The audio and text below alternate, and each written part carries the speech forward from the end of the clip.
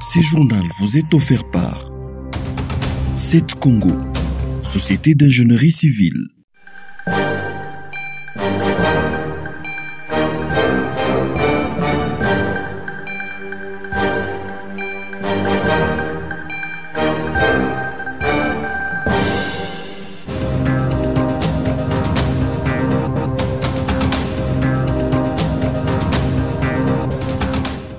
Des dizaines de personnes ont été tuées la semaine dernière dans les secteurs de Beni par les rebelles islamistes. Un bilan fourni ce 10 juin par le gouvernement fait état de 41 morts. Ceci est le résultat d'une enquête menée dans la zone par le gouverneur militaire du Nord Kivu. Les attaques à la base de cette tuerie qui a débuté depuis le 4 juin dans le village de Moussaou, 17 personnes y ont été tuées. Le 5 juin, 5 corps ont été retrouvés dans les villages Kabouili et Mamoulessé. Des corps ont aussi été repêchés dans les eaux de la rivière Loulou dans les villages Mounouzé. Le jeudi dernier, c'est 13 personnes qui ont été décapitées dans le village Makobu. Plusieurs sources affirment que le bilan est le plus lourd que celui fourni par le gouvernement.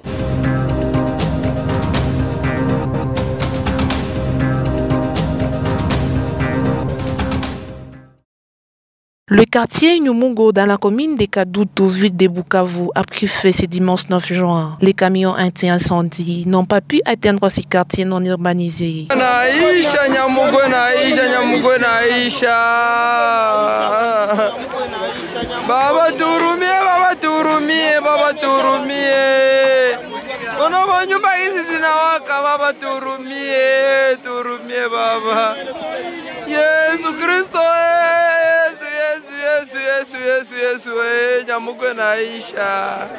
Les raisons de ces vastes incendies ne sont pas connues.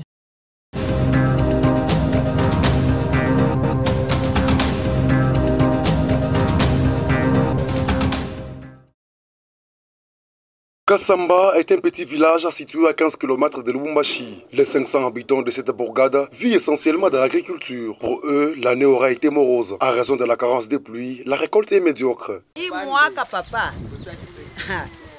La récolte de cette année n'est pas vraiment satisfaisante. Moi, par exemple, j'ai cultivé des hectares de maïs, mais j'ai récolté seulement 5 sacs de maïs. C'est une perte énorme. Ma fille a cultivé un demi-hectare et elle a récolté 3 sacs de 25 kilos.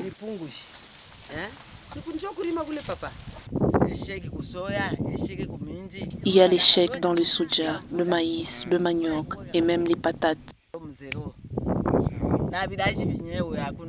Certains jeunes se sont orientés dans la fabrication des courses briquettes dénommées Tapé Fort. Avec ce qu'ils gagnent, ils peuvent notamment payer les frais scolaires. Ça me permet de payer les fournitures scolaires et aussi de payer les frais. Longo Fabien est père de famille. Sans emploi, il dit n'avoir d'autre choix que de fabriquer des tapés forts. Le taux de chômage est trop élevé dans notre pays. La vie est vraiment compliquée. Nous avons des familles. Voilà, nous passons à la belle étoile juste pour chercher de l'argent. Nous devons payer les loyers et la scolarité de nos enfants.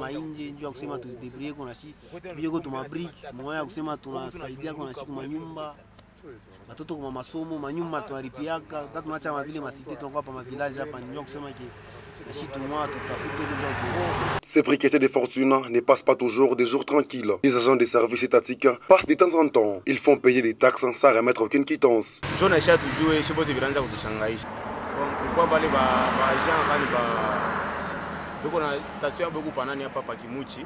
Nous ne savons pas, ça nous étonne aussi. Ces gens ont leur bureau au niveau de Kimuchi. Ils disent qu'ils sont des cultures et arts. Les services publics sont absents dans ces petits villages. Pour jouer au football, le jeune utilise une parcelle comme le terrain. Il y a un terrain de football, mais c'est trop petit. En plus, c'est une parcelle appartenant à un particulier. C'est là que nous faisions nos entraînements chaque fois. Les propriétaires de la parcelle nous a chassés à plusieurs fois. Moi, je pratique le karaté, mais malheureusement, dans les villages, il n'y a pas de salle de karaté. Pour l'exercer, je pars à la Katoba, à l'Athénée, c'est là qu'il y a une salle.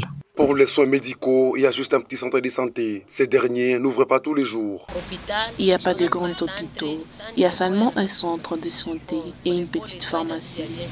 Pourtant, ce ne sont pas les cas des maladies qui manquent. Par manque d'eau potable, les maladies hydriques sont fréquentes. Nous avons un problème d'eau potable dans ce village. On avait placé un puits de forage dans la parcelle du chef Luta, mais le moteur est tombé en panne. Le deuxième puits est les dons de la fondation Malaika qui est aussi en panne. Là, nous consommons les eaux des puits et cela cause de différentes maladies.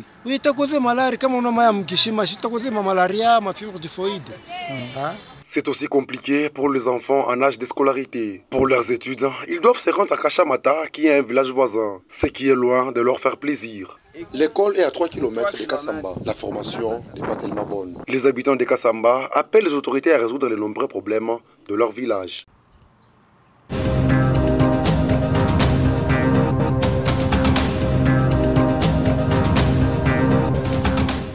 L'avenue de la Révolution dans la commune annexe est en pleine réhabilitation depuis le mercredi dernier. Les travaux avancent bien. La population s'est dit satisfaite, à l'instar de Jonathan Chimanga. Il déplore tout de même la grosse quantité de poussières qui soulèvent les engins des génies civils.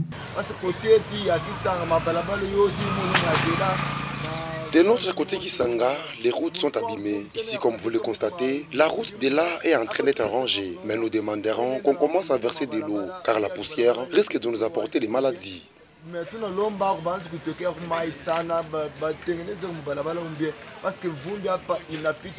Prince Chimanga, un taximota, il s'est dit content de voir le début des travaux.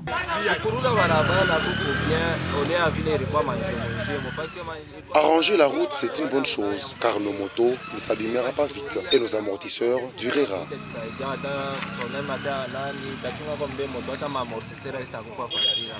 Une vendeuse estime que les commerçants seront obligés de quitter les abords de la route pour éviter des accidents. Nous, les vendeuses du marché, nous sommes contentes pour la réhabilitation de cette route. Que Dieu la bénisse. Nous demandons qu'on nous mette des casse-vitesse, car il y a risque d'avoir des accidents. Et jusqu'alors, nous ne savons pas si nous serons chassés sur la route et demandés de retourner à l'intérieur du marché. Cette route est reconstruite dans le cadre de la responsabilité sociale d'une entreprise minière de la place.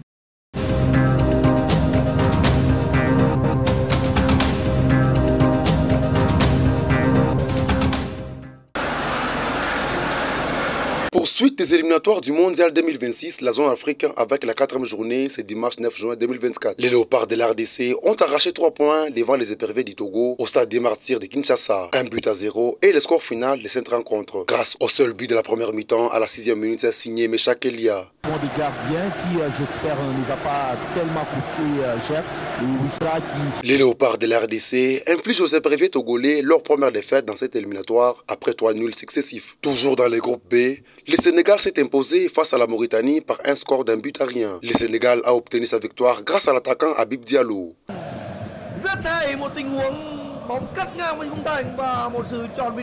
Ces victoires sur la plus petite des marges permettent aux Lions et aux Léopards de se donner de l'air dans les groupes B en attendant les résultats du dernier match entre les Soudans et les Soudans du Sud le 11 juin prochain. La prochaine rencontre des Léopards est prévue le 21 mars 2025 à Kinshasa contre les Soudans du Sud.